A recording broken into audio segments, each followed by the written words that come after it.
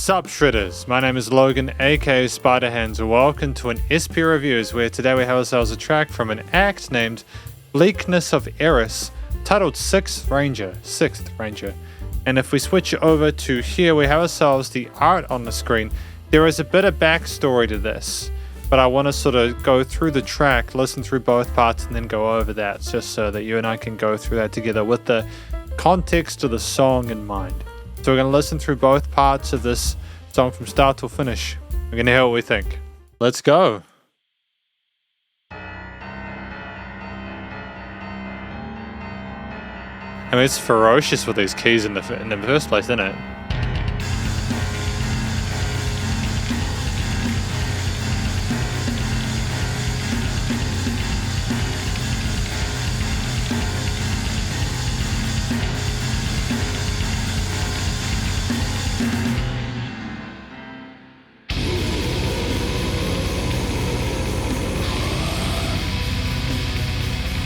Sounds filthy, man. The guitars are so ferocious.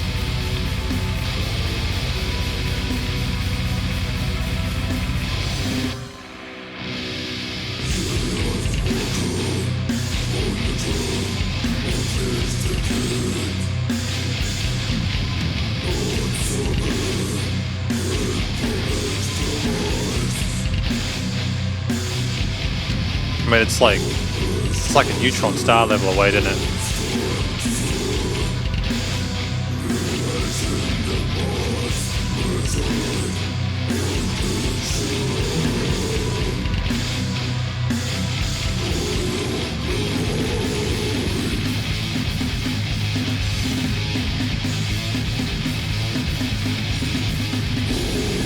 I mean, like, the range with an instrumental performance is phenomenal.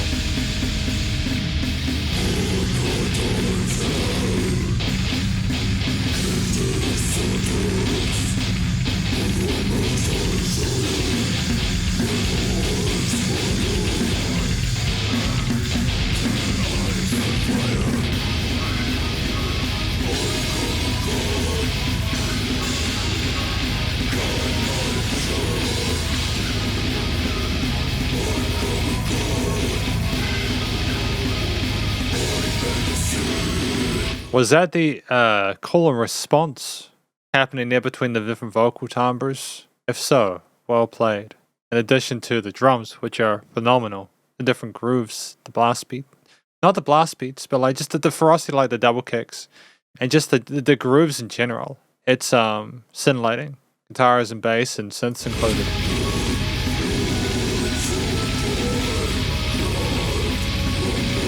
Oh no, there are blast beats.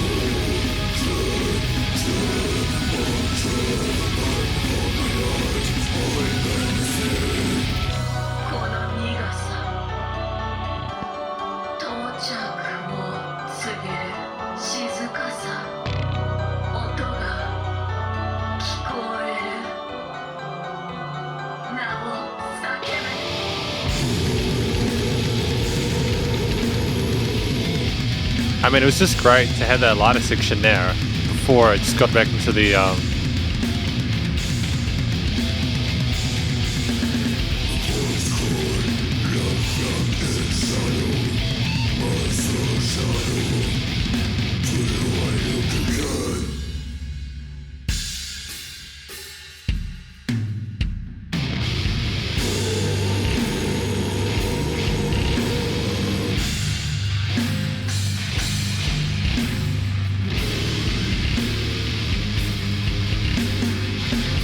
almost doomish, innit?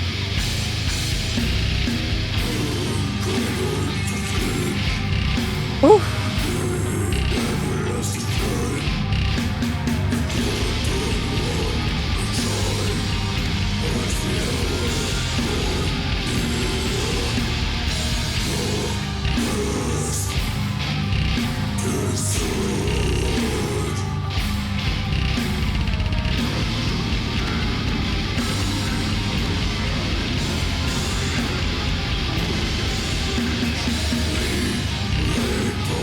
It just lurches forward with that slow tempo.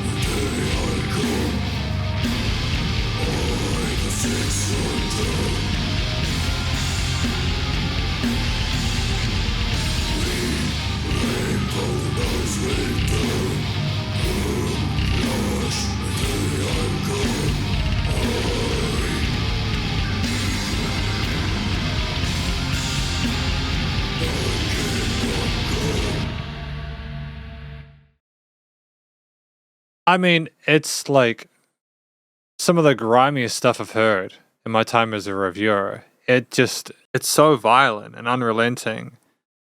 And it's not trying to be pleasant to listen to. The combination of the vocal style with the growls, which have a great presence in the mix, even though I'm not necessarily understanding all of the words or many of them that are coming through. That's a comment I can make for a lot of stuff. And that's not, that isn't indicating that I dislike this type of vocal style. I love my rock. I love my metal. I love my metal and a lot of different kinds of it. I just can't hear a lot of the words clearly. Just the mixture of those chugged parts, some of the string skipped bits on the rhythm guitars, the way we hit those leads there, the sounds of like the tremolo bar go wow on the sides there, the sound design, coupled with the bass and the keys at the start. That piano intro was just absolutely show-stopping. I didn't realize that piano and bass could sync that well. And then the drums just coming in with those ridiculously quick double kicks and different sort of snare movements with a complete and other sort of understanding of the kit and its various elements, just incredibly tight with that percussive performance. I'm not quite sure what's going on with the woman that was speaking Japanese in the middle bit. I assume we're going to be finding out more about that when we read through the description of what the track is about. Again, which I'm thankful for because it does help give added context. But I assume from like listening to this with what I got from the lyrics that we're talking about being stuck somewhere with like shadows and stuff like that. My Japanese is not good enough to understand what the lady was saying. I wish it was to get further context. But either way, really solid, nice little bit of vocal modulation to the lady's vocals as well. And that midsection there to add a sense of dissonance and uneasiness to it. And the production is filthy and it's violent, but it suits this type of music. And I'm glad that we have it like that. Part 2. And a return to the keys with a little bit of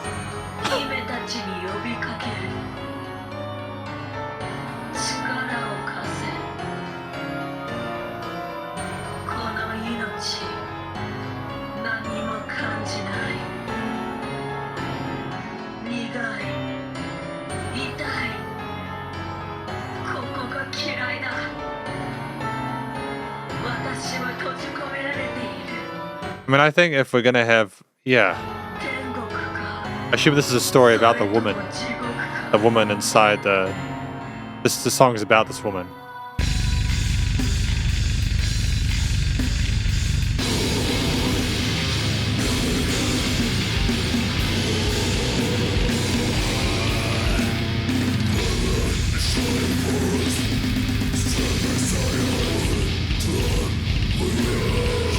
But the triggered kicks.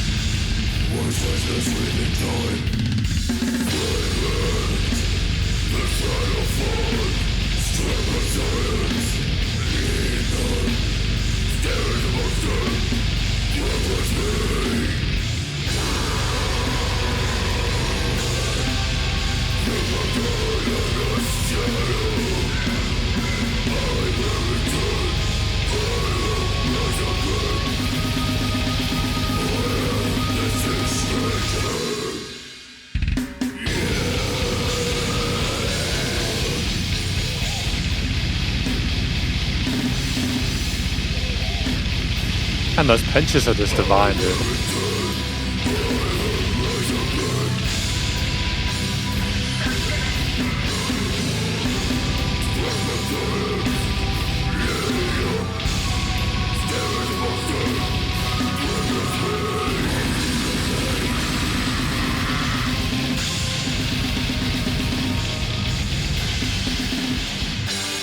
Those like jun jun jun, those palm mute bits which are like alternate picked are incredibly quick. That's very difficult to do cleanly at that speed. I'm very, very satisfied with what I'm hearing here. There's some great guitar technique as well.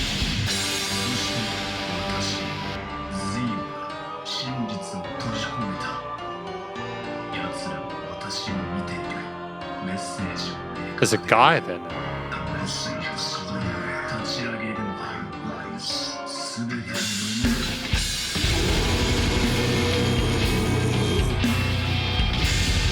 I like the mystery of the story being told here.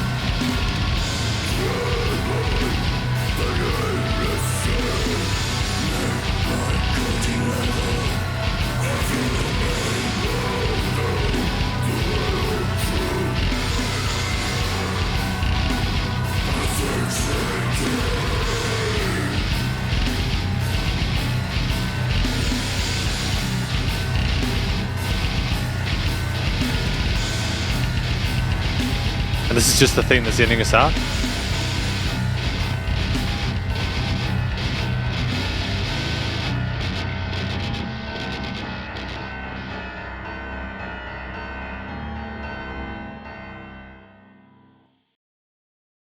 Oh. Hell, man. Hell of a vibe. Let's talk about it more in the conclusion. So we're going to have a read through the description of this from the people who wrote the song and performed it and recorded it. We got the track is split into two parts, part 1 and part 2. It is a concept song and it tells the story of Z, who is the girl narrator on the single cover, who is a mannequin doll and the host of the everything, which itself is the god of the multiverse. Part 1 is about Z rising from the abyss after being sealed by Truth, the antagonist of the story, only to then be sealed again by him. With that, Z is now inside a virtual world, only filled with despair and hatred, and the longer Z is in there, the more madder she becomes. Part 2 tells of after multiple repeated failures of being trapped inside the void, Z begins calls for the He-Man as the right man, hand of the everything, and wanted to lend some power from them, which they of course accepts. In the end, almost, Z finally breaks free from the chains trapping within her, and it traps the Truth in its own game. And this void and never-ending laughter, thinking that he has won over Z when he really hasn't. There's a hell of a backstory, isn't it? Welcome to the conclusion of my review of this track from an act named Bleakness of Eris, 6th Ranger Parts 1 and 2. Now, what do I think this track is about?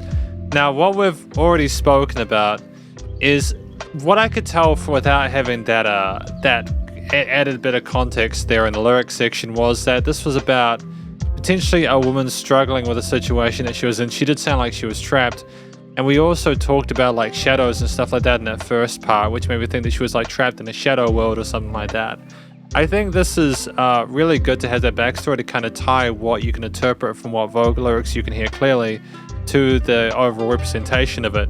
But you could tell from the music, I think, that they weren't having a fantastic time. That is not, like the second part, I wasn't really sure about. I think I was more lost in the instruments with that one. I was listening to the vocals and I like the texture and timbre and sort of overall sort of aesthetic that they added to the arrangement and the performance. It's just, again, like apart from sort of singular words like face and stuff like that, I didn't necessarily get like whole word sentences clear or anything like that. That is not me saying I don't like the style of vocals, it's just how things ended up. And I think when you have such a visceral style of vocal technique that I think suits the mood of the genre, and nonetheless can cause that. But I think, with that said, there was a really fierce tone to the way the vocals were done. I think the technique itself was great. We had great vocal technique. It's very difficult to be able to get that type of growl and that sound from your voice without completely destroying your vocal cords. Clearly, the vocalist in this band knows what they're doing, and I think that they should continue working at that because they've got something really special going. There was one point where we had like the female narrator and the guy kind of feeding off each other or calling responding or something like that, like he was answering her or something, and it was really dope. It was really dope.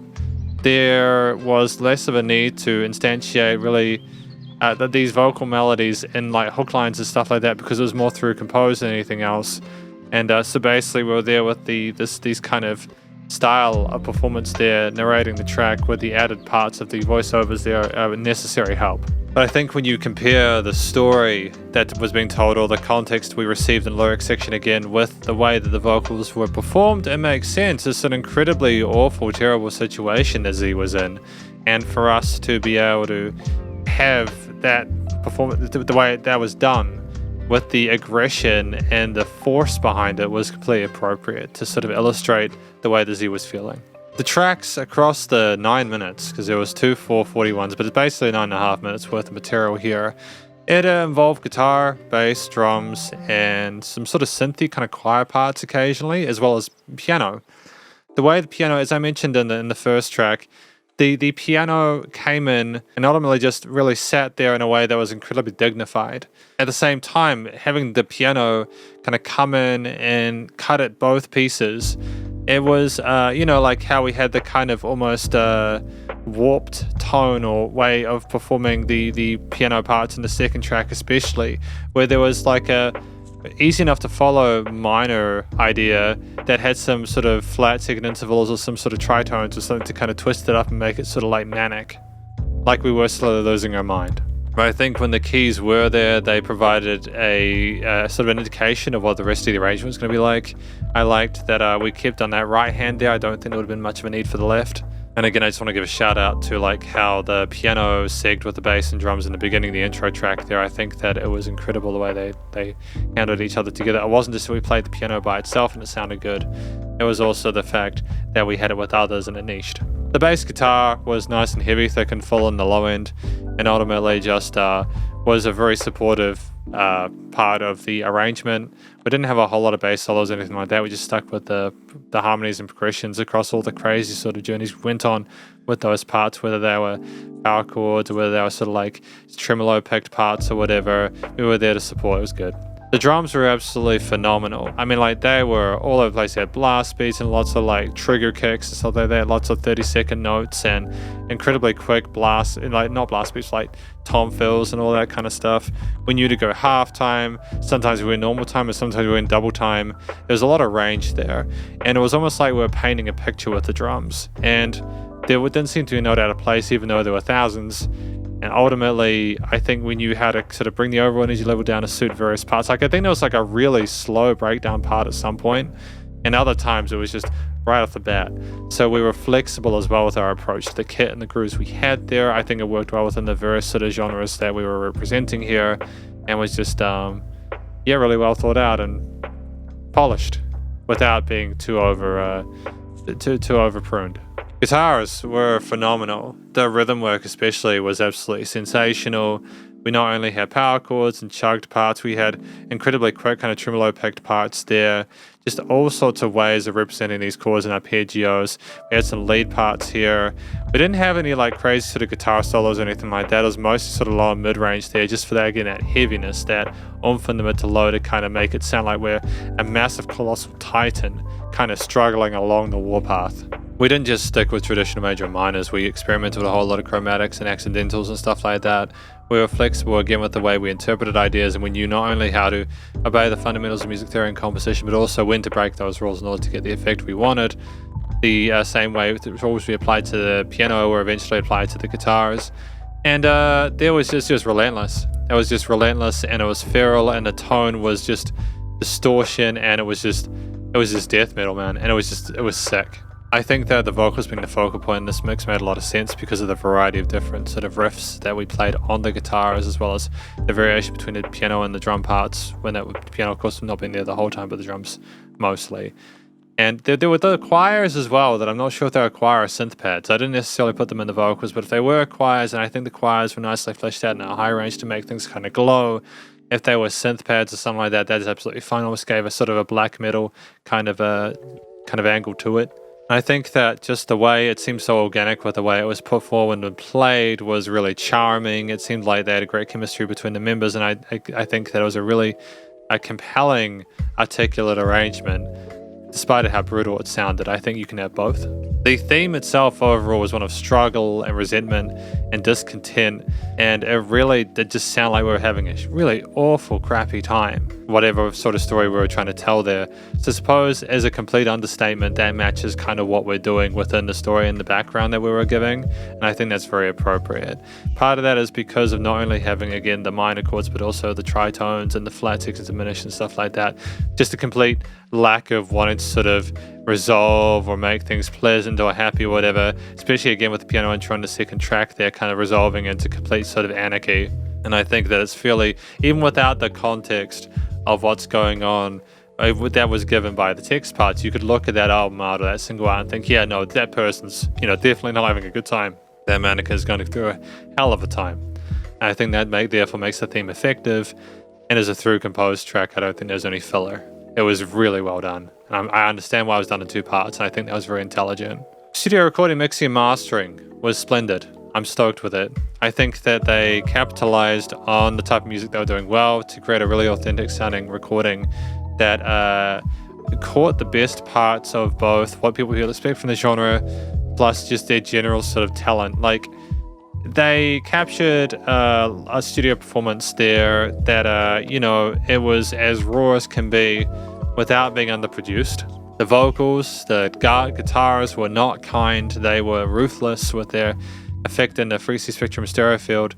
The drums, I think there was some triggering on the snares and kicks. And I don't necessarily mind that. It's just something I'll notice that I'm not sure if we had like the quote-unquote real snare and kick sounds. Although triggers, they're great for sense of consistency and stuff like that. We might have mixed 50-50. Either way, it's fine. The bass was nicely niched as well. That said, like with the pianos as well being in the mid to high range and the sort of synthy kind of choir parts on the sides kind of lightening up those bits in the high register, there weren't any resonant frequencies, but it was not like, it wasn't like we went to a studio and they made it sort of pristine and sterilized and stuff. It was just rough around the edges, despite the fact that it was mixed and mastered well.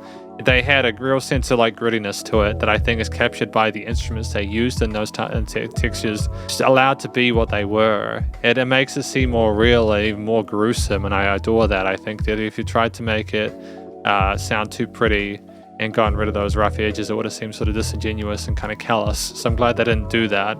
There was plenty of dynamic range. Things were not the same loudness the whole entire time. I think things came down for like the narration parts and stuff like that. I'm glad that there were those adjustments there. That made going back into the heaviness of it all with the bigger sections even more sort of meaningful.